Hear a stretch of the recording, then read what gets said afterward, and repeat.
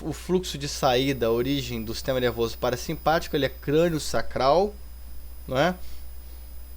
A gente sabe que no tronco cerebral existem nervos cranianos, que é o 3, 7, 9 e 10, que são os nervos cranianos importantes do sistema nervoso parasimpático, que é o vago, o oculomotor, o facial e o glossofaríngeo. E os segmentos S2 e S4, não é? Que são também parasimpáticos. A localização, a gente sabe que o gânglio, a localização do gânglio praticamente é na víscera, no sistema nervoso parasimpático, ou seja, o gânglio se localiza intramural.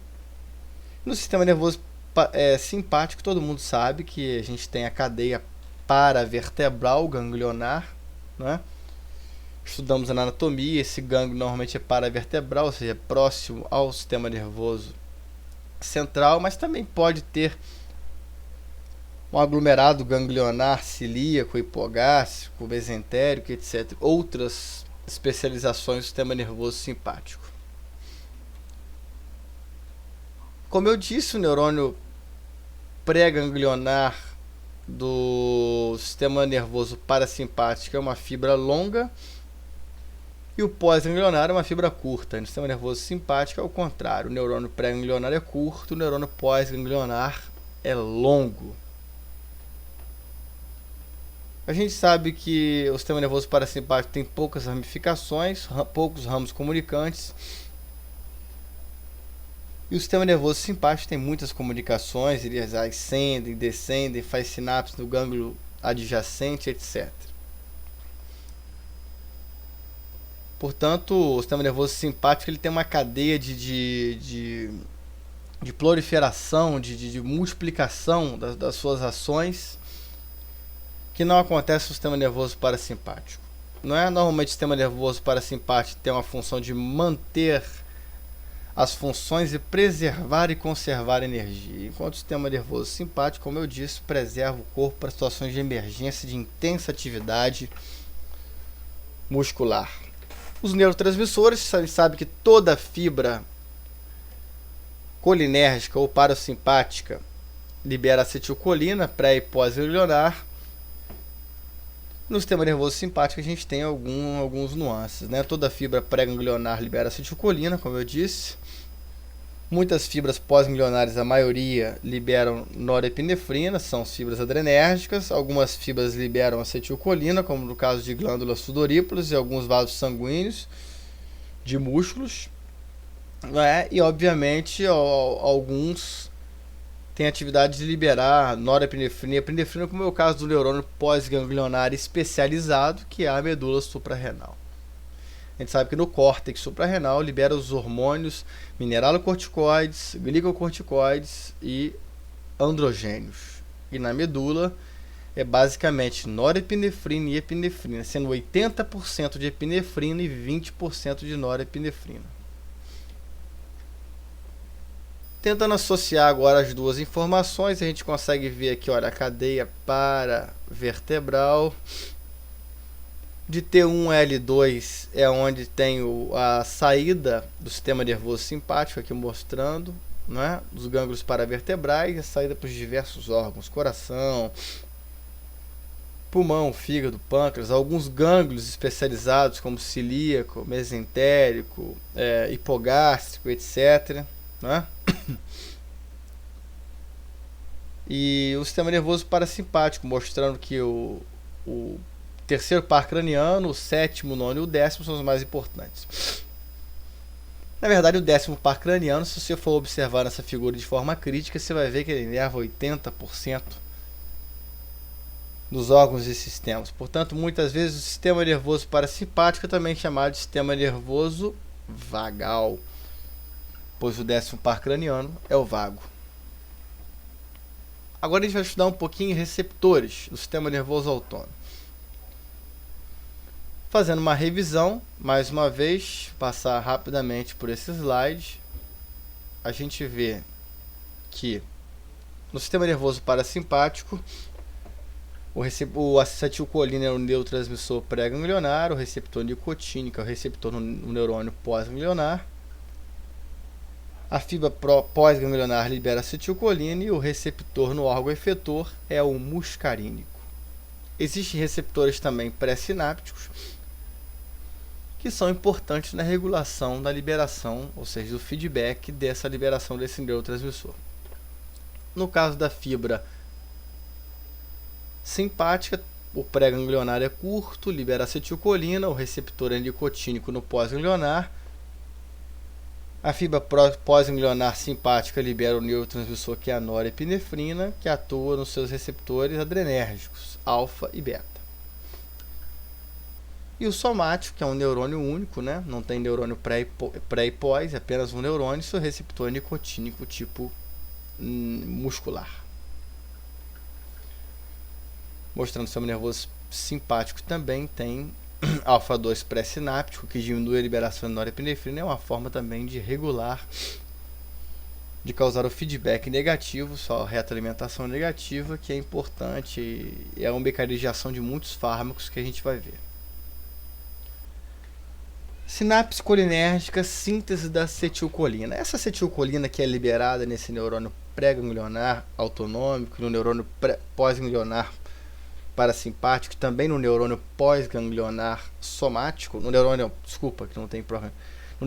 somático, ela é sintetizada, né? E como ela é sintetizada? Isso é importante por quê? Porque a síntese, a etapa da síntese da acetilcolina é alvo de muitos fármacos. Muitos fármacos já deixaram de ser utilizados porque cada vez mais com a evolução da biologia molecular, cada vez mais com a identificação dos diversos receptores e identificação de diversos fármacos que atuem em receptores específicos, esses fármacos que inibem liberação de neurohormônio cada vez menos são utilizados na prática médica.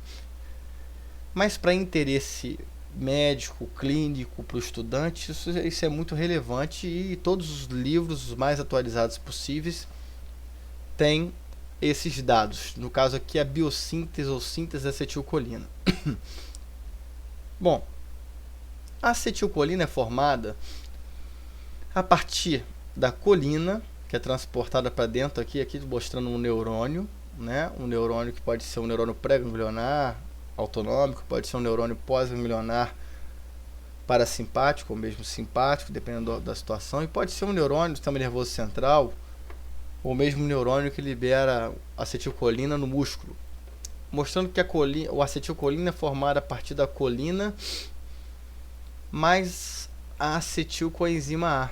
A acetilcoenzima A é proveniente do metabolismo da glicose, e pela ação da colina acetiltransferase, ela forma acetilcolina, que é armazenada em vesículas de acetilcolina, transportada por um transportador específico, e armazenada e estocada para ser liberada no momento do estímulo, por exocitose. Então aqui mostrando, quando há um estímulo no neurônio, há a liberação da acetilcolina por exocitose, e essa acetilcolina,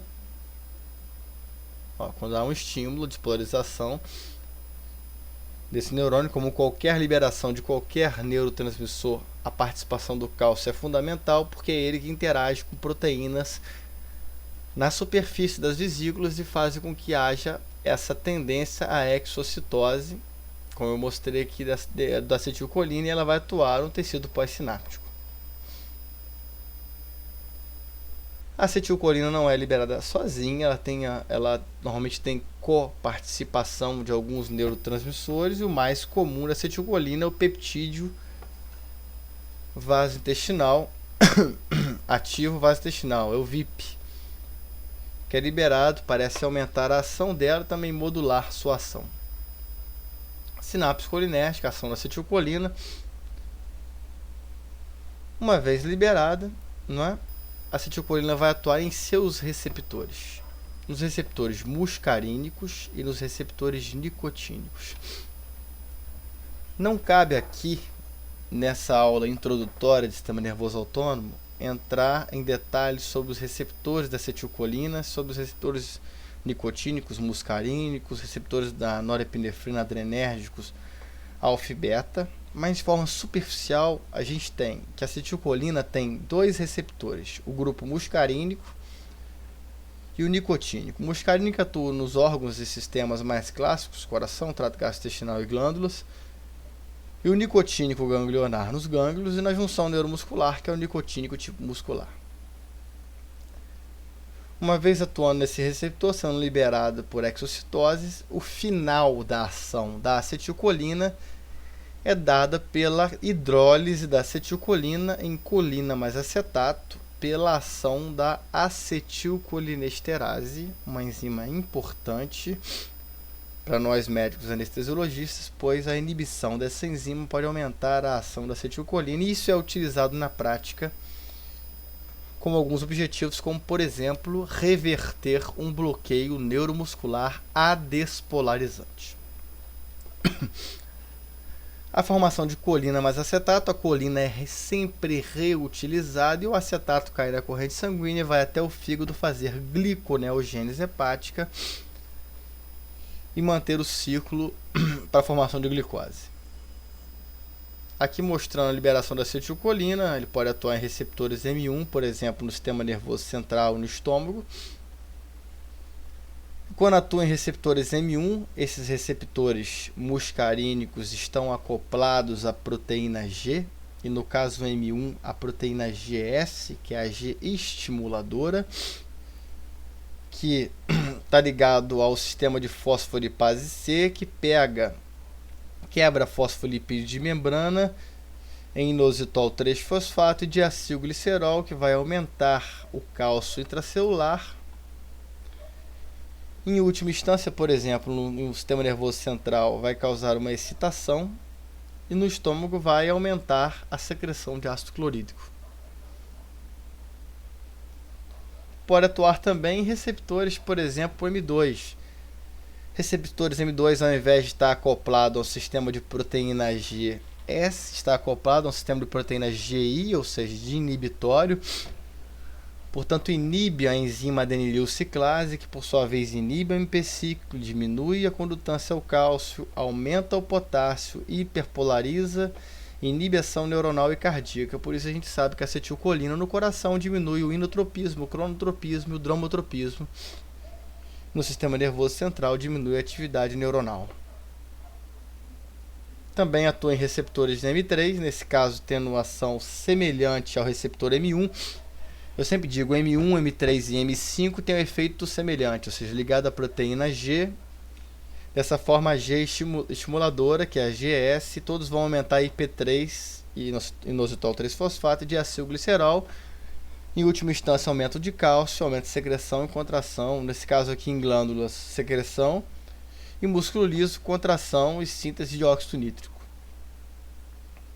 Também pode atuar em receptores nicotínicos, como a gente sabe, na junção neuromuscular e nos neurônios ganglionares. Quando atua em receptores nicotínicos, ao invés de estar ligado a um grupo de proteínas transmembrana G, esse receptor nicotínico não é um receptor metabotrópico, e sim um receptor ionófilo, que está ligado a canal iônico, nesse caso, ao influxo de sódio e efluxo de potássio. Em última instância, há uma excitabilidade da célula, com uma despolarização, excitação neuronal e contração da musculatura esquelética. Alguns fármacos clássicos, ou muitos poucos utilizados hoje na prática médica, mais importantes para interesse acadêmico, podem interferir, não é, na síntese da acetilcolina. A gente vai ver quando estudar drogas colinomiméticas e bloqueadores colinérgicos que os fármacos podem interagir na síntese da acetilcolina ou também nos seus receptores. Por exemplo, a atropina inibe a ação da acetilcolina por atuar em seus receptores da acetilcolina. E a toxina botulínica atua de forma pré-sináptica. Então tudo isso é importante. De forma clássica, a gente pode atuar em situações de inibir a captação da colina, inibir o armazenamento da vesícula e inibir a sua exocitose. Quem são esses fármacos? Clássicos, muito pouco utilizados na prática médica, os hemicolínicos, inibe a captação da colina, o vesamicol inibe a entrada da acetilcolina na vesícula sináptica, a toxina botulínica, utilizada na prática, né, principalmente em cirurgias plásticas, inibe a liberação da acetilcolina por interagir com proteínas específicas na superfície da vesícula, né, dessa forma impedindo a contração do músculo naquela região. Existem fármacos que interferem também com as ações da acetilcolina. Por exemplo, aqui a gente vê, nós teremos agonistas ou antagonistas. É interessante para quem não sabe que é agonistas e antagonistas revisar a aula de farmacodinâmica que tem nesse blog. Atuar em receptores muscarínicos e podem ter agonistas e antagonistas receptores nicotínicos. Aqui eu estou atuando de forma pós-sináptica. Também eu posso inibir a degradação da acetilcolina por inibir a acetilcolinesterase. Eu posso usar